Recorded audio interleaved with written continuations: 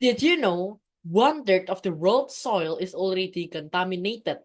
Every year, agricultural generates 1.3 billion tons of organic waste, and most of the waste is either dumped in landfills or openly burned, releasing a methane, a greenhouse gases which is 25 times more harmful than carbon dioxide. At the same time, mismanaged soil have already lost much of their fertility. In some regions, crop productivity has fallen up to 30% due to soil degradation.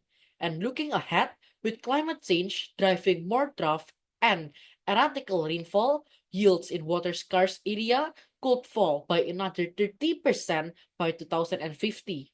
To make matter worse, many of the soils that remain productive are contaminated with synthetic fertilizer, pesticide, and heavy metal, threatening food safety and also human health. Together, these problems form a dangerous cycle. Waste is piling up, soils are breaking down, food is harder to grow, and the environment is becoming more toxic. To address these challenges, we develop a solution: biochar hydrogel composite from agricultural and marine biomass waste, with beneficial microbial inoculation for soil health enhancement, climate resilient water management, and sustainable land remediation. This research was conducted by our team from Chitahati Christian School under the supervision of Miss Nadine Parengkowan. Our group consists of me, Jonathan Jaden Sudeno, and Kenzie Alexander Ruang, my partner. Together, we represent a collaborative effort to transform waste into sustainable solutions for soil health and food security. The objective of our research was to develop a composite made from agricultural and marine biomass waste, enhanced with beneficial microbes, and to identify the best formulation for soil improvement. Specifically, we wanted to determine the ratio of hydrogel and biochar that could first improve water retention, two, balance soil pH, three, optimize bulk density, and fourth, absorb heavy metals effectively.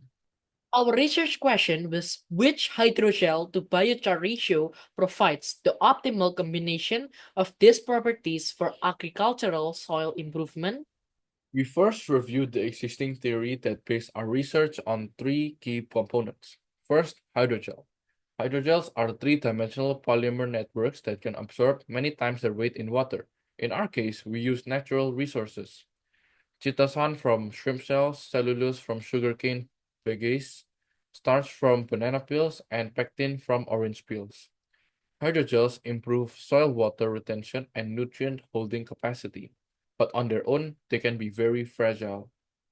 Second, biochar. Biochar is a porous, carbon-rich material produced by heating biomass in low oxygen. It increases nutrient retention, provides microhabitats for beneficial microbes, and reduces soil acidity. Finally, beneficial microbes. We introduced two strains: Pseudomonas fluorescens, which enhance nutrient uptake and breaks down harmful compounds, and Bacillus subtilis, which binds toxic heavy metals and produces compounds that protect plant roots. When these three components are combined, the composite becomes not only a physical and chemical soil amendment, but also a biological system for restoring soil health. Our methodology consists of five main stages. First is the extraction of natural polymers. First, we extracted chitosan, cellulose, starch, and pectin from agro-industrial waste. Each polymer serves a function. Chitosan is used for antimicrobial activity, cellulose is used for its strength, starch is used for swelling and water absorption capacity, and pectin is used for its gelling formation. And second, we conducted the hydrogel synthesis. This polymer were blended and cross-linked using citric acid. So this cross-linking create bonds between the polymer chains and forming a stable hydrogel that does not dissolve in water but retains high absorption capacity.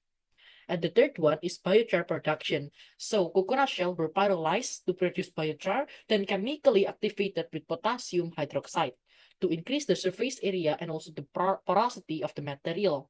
Then we inoculate bacteria, which is Pseudomonas fluorescens and also Bacillus subtilis, incubating them at 30 degrees Celsius for 2 hours. And then the hydrogel maintain hydration while the biochar provide a porous habitat.